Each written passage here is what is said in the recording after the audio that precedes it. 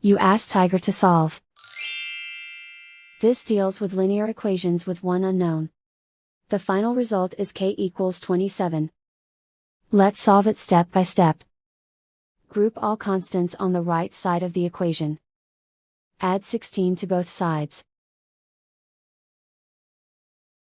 Simplify the arithmetic.